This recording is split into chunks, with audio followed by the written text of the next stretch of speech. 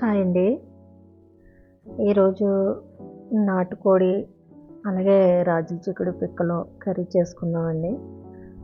నాటుకోడి అంటే మా వారికి ఎవరో పందెం పొడిచిందని కొద్దిగా మాంసం ఇచ్చారండి. అదైతే కొంచెం ఉంది. అది నేను ఈరోజు చిక్కుడు పిక్కలు అంటే రాజుల చిక్కుడు అంటాం కదా, దాన్ని రాజు చిక్కుడు కూడా అని అంటారు. దాంతో అయితే మాత్రం నేను కర్రీ చేయబోతున్నాను. రండి ఒకసారి వీడియోలోకి వెళ్ళి కర్రీ ఎలా చేసుకోవాలన్నది చూసేద్దాం. ఈ కర్రీ చాలా అంటే చాలా బాగుంటుందండి. ఒక్కసారి ఇలా కూడా చేయండి.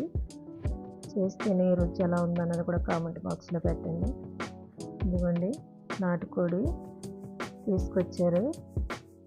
అదైతే చాలా గట్టిగా ఉంది మాంసం అయితేనే. అలాగే రాజుల చిక్కుడు అది కూడా మా ఇంట్లోనే పెట్టుకున్న పాదు, అవి కూడా పిక్కలు ఒలిచి పెట్టుకున్నాను. మాంసం అయితే శుభ్రంగా కడిగేసుకుని 2-3 సార్లు కుక్కర్లో వేసుకొని కొంచెం 1 టీ స్పూన్ పసుపు, కొంచెం ఉప్పు వేసుకున్నాను.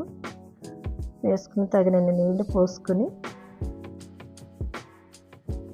కలిపేసుకొని మనం కుక్కర్ పెట్టేసుకుందామండి. కుక్కర్ పెట్టేసుకుని 4-5 విజిల్ పెట్టుకుంటే ముక్క అనేది కొంచెం తొందరగా ఉడుకుద్ది కాబట్టి మనకి కర్రీ అనేది ఈజీగా చేసుకోవచ్చు. ఒకవేళ అలా కావాలనుకుంటే అలా చేసుకోవచ్చు, లేదంటే కర్రీ మొత్తం అంతా వండేసుకుని కుక్కర్ పెట్టుకోవచ్చు. నేనండి దాల్చిన చెక్క, 2 లవంగాలు, యాలక్కాయలు, జీలకర్ర, ధనియాలు, కొంచెం జీడిపప్పు పలుకులు, కొద్దిగా గసగసాలు తీసుకున్నానండి మసాలా దినుసులు. అలాగే 4 ఇంచులు ఎండు కొబ్బరి ముక్కలు కూడా వేసుకున్నాను. ఇవన్నీ కూడా మిక్సీ పట్టేసుకున్నామండి.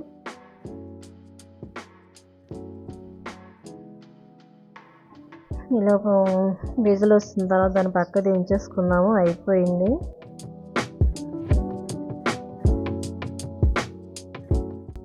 సరే మొత్తం అంతా ఉడికిపోయిందండి. దీన్ని పక్కన పెట్టేసుకుందాం.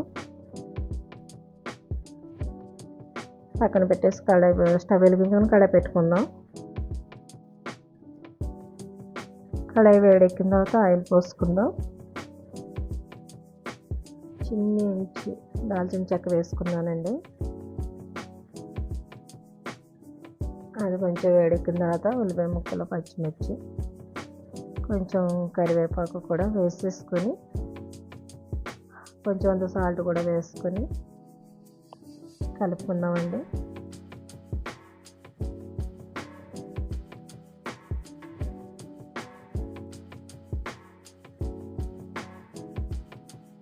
కాసేపు మూత పెట్టుకొని కొంచెంసేపు మగ్గించుకుందాం. మగ్గిన తర్వాత మళ్ళీ దాంట్లో 1 టీ స్పూన్ పసుపు వేసుకున్నాము.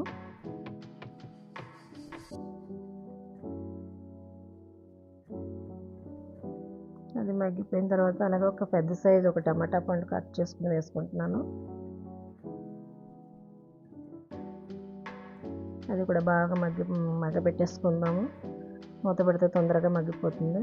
చూడండి మగ్గిపోయింది టమాటా అనేది. తర్వాత అందులో అల్లం వెల్లుల్లిపాయ ముద్ద ఒక స్పూన్ అంటే కొంచెం పెద్దగా వేసుకున్నాను. పెద్ద స్పూన్తో సరిపోతుందండి, మాంసం అనేది తక్కువ ఉంది కాబట్టి. అలాగే ఇందాక మిక్సీ పట్టుకున్నాను కదా, మిక్సీ పట్టుకున్న పేస్ట్ కూడా వేసేసుకుంటున్నాను. అది కూడా వేసేసుకుని బాగా కలిపేసుకుందాం. పచ్చి వాసన పోయే వరకు కలిపేసుకొని తర్వాత కారం సరిపడినంత వేసుకోండి.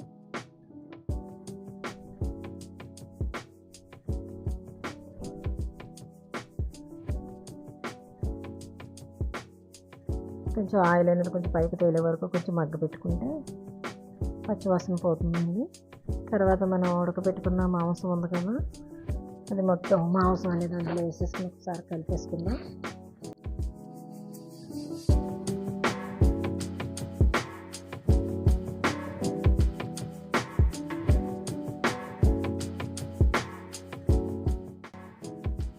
కుక్కర్ పెట్టేసుకోవడం అనేది చాలా మెత్తగా ఉంటుంది. అలాగే ఒలిచి పెట్టుకున్న చిక్కుడు పిక్కలు, రాత్రి చిక్కుడు పిక్కలు అనేది కూడా వేసేసుకుంటున్నాను.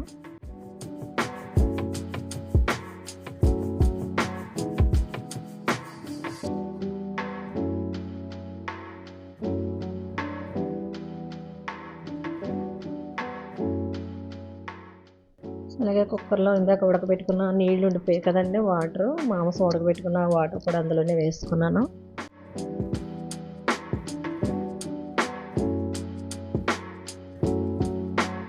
సరిపడంత కర్రీకి ఉప్పు వేసుకుందాం. అలాగే మిగతా వాటర్ కూడా మనకి చిక్కుడు పిక్కలు అవి ఉడకాలి కాబట్టి ఇంకొంచెం నీళ్ళు పోసుకున్నాను. వాటర్ అనేది ఇలా పోసుకుంటే సరిపోతుందండి. ఆల్రెడీ ముక్క అయితే ఉడికిపోయింది, చిక్కుడు పిక్క ఉడికితే సరిపోతుంది. చిక్కుడు పిక్క ఉడికిపోతే మన కూర అనేది రెడీ అయిపోయినట్టే. తర్వాత 4 పచ్చిమిరపకాయలు చీల్చుకుని వేసుకున్నాను. ముందే వేస్తే పేస్ట్ కింద అయిపోతాయి అనేది నేను లాస్ట్ అంటే దగ్గర పడేటప్పుడు వేసుకున్నాను. తర్వాత కొంచెం చికెన్ మసాలా అనేది వేసుకున్నానండి.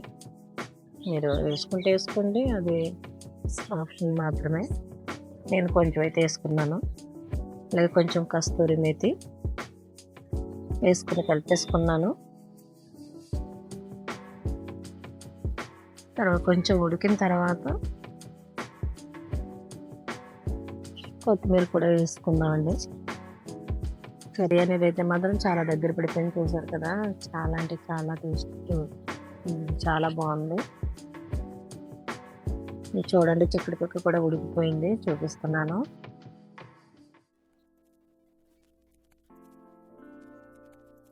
అంతే అండి, కొత్తిమీర చల్లేసుకొని స్టవ్ ఆఫ్ చేసేసుకోవడమే.